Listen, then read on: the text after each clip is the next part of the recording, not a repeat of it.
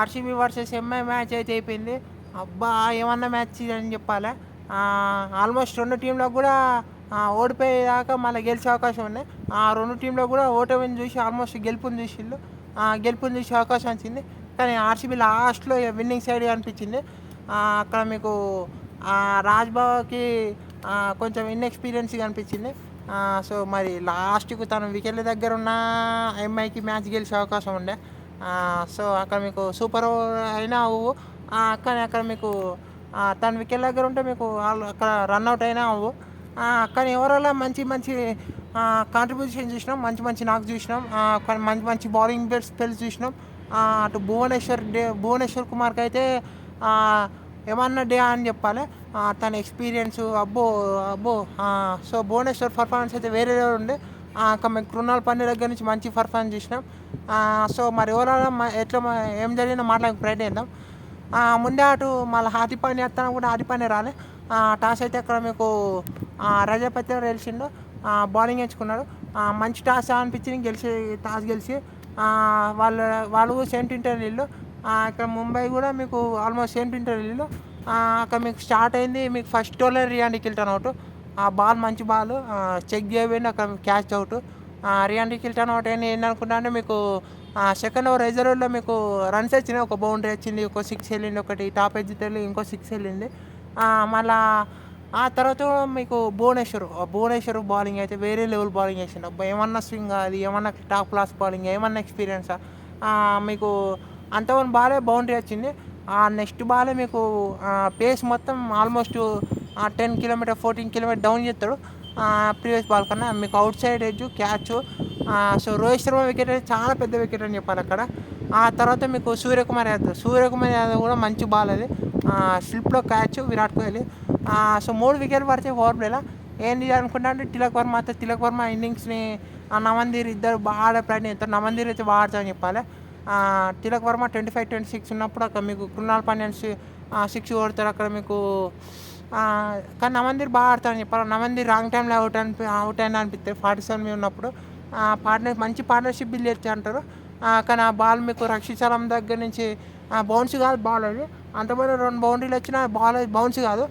ఈ పిచ్లో మళ్ళీ ఒక బాల్ కొంచెం ఎక్స్ట్రా బౌన్స్ అయితే అన్ని 2 తిలక్ వర్మ దగ్గర నుంచి చూసినాం. కానీ అసలు బాల్ లో ఉంటుంది. సో, అక్కడ మీకు బ్యాటర్లో కొన్నిసార్లు చాలా ఇబ్బంది అని చెప్పాలి. ఇంకా సో, మళ్ళీ అటు తిలక్ వర్మ బాగా ఆడతాను అనుకుంటా. అంటే స్పిన్నర్కి అయితే ఈ పిచ్లో అయితే ఏం లేదు అనిపించింది. టర్న్ లేదు. అప్పుడు షెఫర్డ్ బౌలింగ్ బాగా వేసిండని చెప్పాలి. తనను యూటిలైజ్ చేసుకున్నారు ఈరోజు బాగా.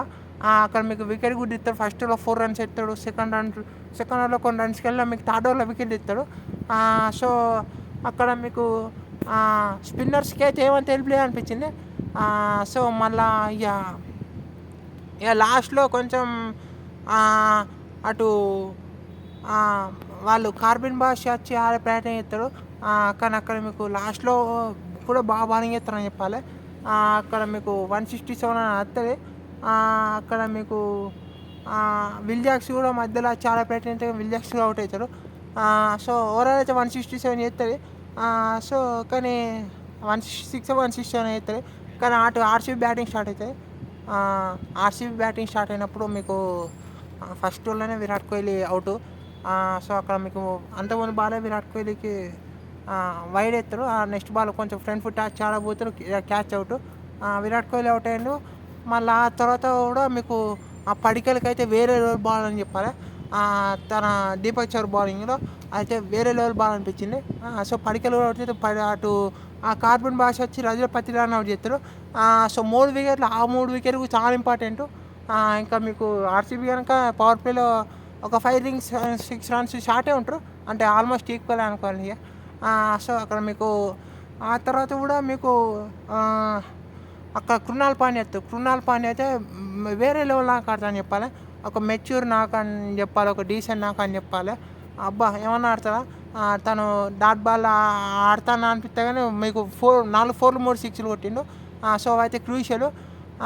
సో, వీళ్ళిద్దరు ఆడుతూ ఉంటారు. కానీ అక్కడ మీకు అక్కడ జితేష్ శర్మ ఆడతాడు. సో, జితేష్ శర్మ అంతమంది వీళ్ళకి ఒక పార్ట్నర్షిప్ వస్తుంది. ఆ పార్ట్నర్షిప్ ఇంపార్టెంట్. బెత్తలు ఉంటాడు. సో బెత్తలును అక్కడ మీకు కృణాల్ పాండ్యా పార్ట్నర్షిప్ ఇంపార్టెంట్. అక్కడ మీకు ఇద్దరు లెఫ్ట్ హ్యాండర్లు ఉన్నప్పుడు అక్కడ మీకు ఇద్దరు స్పిన్నర్లను తీసుకొస్తాడు. విల్ జాక్స్ని కూడా ఇట్లా వేసుకునే ప్రయత్నం చేస్తాడు సూర్యకుమార్ యాదవ్. బాగానే బౌలింగ్ చేస్తాడు అని చెప్పాలి. విల్ జాక్స్ బాగానే బౌలింగ్ చేస్తాడు. మా స్టాట్స్ ఇస్తే ఇంకోరు ఇవ్వచ్చు అనిపించింది. కానీ ఇంకా బెత్తలు అయిపోయిన తర్వాత ఇక మళ్ళీ తీసుకురాలి. కానీ మీకు ఇంపాక్ట్ ప్లేయర్ రఘు శర్మని తెచ్చుకున్నారు. మరి స్పిన్ లేనప్పుడు మరి రఘు శర్మని తెచ్చుకున్నారు కరెక్ట్. కానీ ఇట్లా చేసుకోవాలి అనిపించింది. అట్లా ఇట్లా చేసుకోవాలి. తన ప్లేస్లో మీకు ఒక ఫాస్ట్ బౌలర్ తెచ్చుకున్నా కొంచెం ఎఫెక్టివ్ ఉండి కావచ్చు. సో అక్కడ కానీ రాజ్బాబుకు బౌలింగ్ ఇస్తారు. First over 8 runs decent over అనిపిస్తుంది. కానీ మీకు సెకండ్ ఓవర్లో రన్స్కి వెళ్తారు.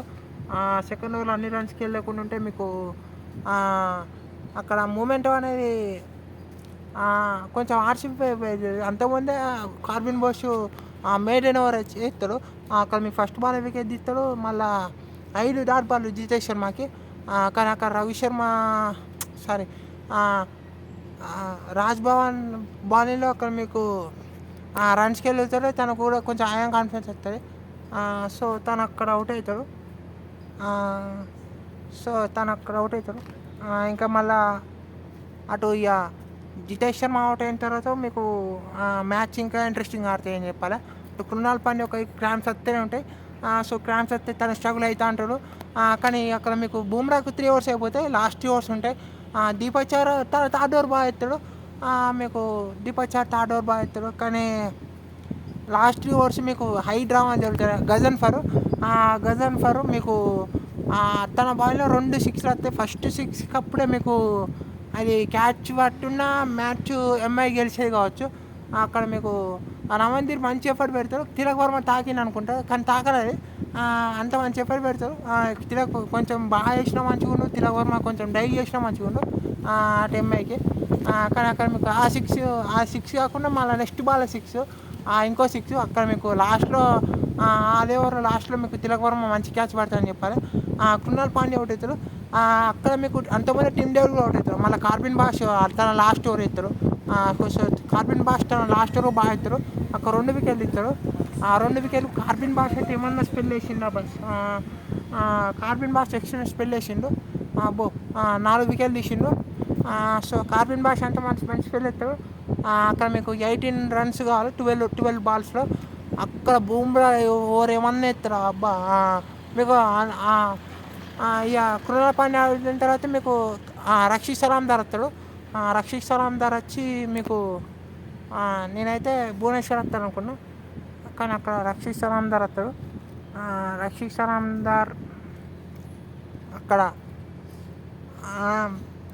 సలాందార్ అక్కడ బాగా తనకు ఒక సింగిల్ వస్తాడు. సింగిల్ తీసే ప్రయత్నం చేస్తాడు.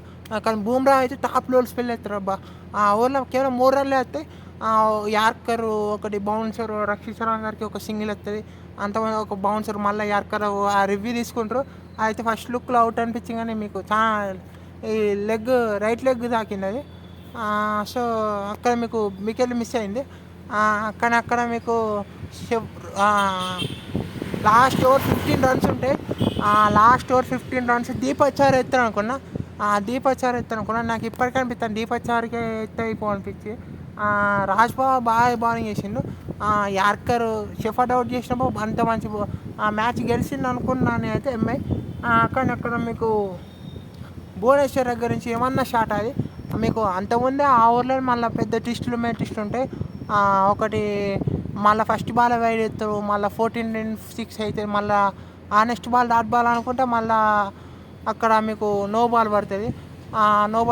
మళ్ళీ నెక్స్ట్ బాల్ సింగిల్ తీసుకుంటారు. సింగిల్ తీసుకొని తప్పు పని చేసిలా అనిపించింది, కానీ ఆ నెక్స్ట్ బాల్ అది రక్షిత్ సలాందార్ మిస్ అవుతుంది. అక్కడ మీకు డైరెక్ట్ హిట్ అయినా షెఫర్డ్ అవుట్. కానీ అక్కడ మీకు నా నెక్స్ట్ బాల్ బాగా బౌలింగ్ చేస్తారని చెప్పాలి. అక్కడ బాగా బౌలింగ్ చేస్తే మంచి యార్కర్ ఇస్తారు. నెక్స్ట్ బాల్ షెఫర్డ్ అవుట్ అవుతాడు. షెఫర్డ్ అవుట్ అయిన తర్వాత మీకు భువనేశ్వర్ వస్తారు. ఆ భువనేశ్వర్ అవుట్ అయిన తర్వాత వైడ్ చాలా కీలకంగా చాలా పెద్ద ప్లేలో వేసిందని చెప్పాలి. అంతకుముందు బాల్లో అవన్నీ ఏమో, కానీ ఆ బాల్ అయితే వైడ్ కాకుండా అనిపించింది ఎంఐకి. అక్కడ వైడ్ ఎత్తారు. సో 9 runs in 3 balls ఎత్తారు అది.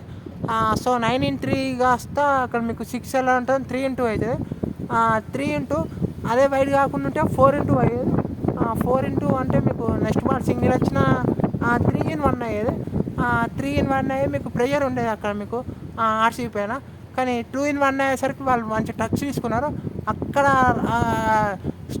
స్టంప్స్ ఉన్న కలెక్ట్ చేసుకున్న అబ్బా అక్కడ మీకు మ్యాచ్ అయిపో సూపర్ ఓవర్ దాకా వచ్చినా మీకు ఎట్లుందో చెప్పపో. కానీ ఆర్సీబీకి అయితే ఒక్కసారి ఈ విన్తోనే వాళ్ళ అమ్మాయి అనుకుంటారు. అసలు ఈ విన్ కూడా రాకుండా వాళ్ళు చాలా ప్రెజర్లు ఉండు కానీ ఈ విన్తో వాళ్ళు టాప్లు ఉంటారు. సో వాళ్ళు 3లో ఇంకో 2 గెలిస్తే టాప్లు ఉంటారు. ఒక్కటి గెలిచినా వాళ్ళు ప్లే ఆఫ్స్ క్వాలిఫై అవుతారు. ఒక్కసారిగా విన్ను రాకుండా ఉంటే మాత్రం వాళ్ళు ఇంకా 3-2 గెలవాలి. సో 3-2 గెలవాలి, అది వేరే ప్రెజర్ ఉండేది. సో కానీ ఓవరాల్ కృణాల్ పాండ్యా నాకైతే మంచి ఆడిందని చెప్పాలి. భువనేశ్వర్ అయితే వేరే లెవెల్. తన ఎక్స్పీరియన్స్ మొత్తం కనబడింది. మరి లాస్ట్ ఓవర్లో కూడా మంచి డ్రామా చూసినాం. సో ఓవరాల్ అయితే ఆర్సీబీ అయితే మస్తు హ్యాపీ ఉంటారు.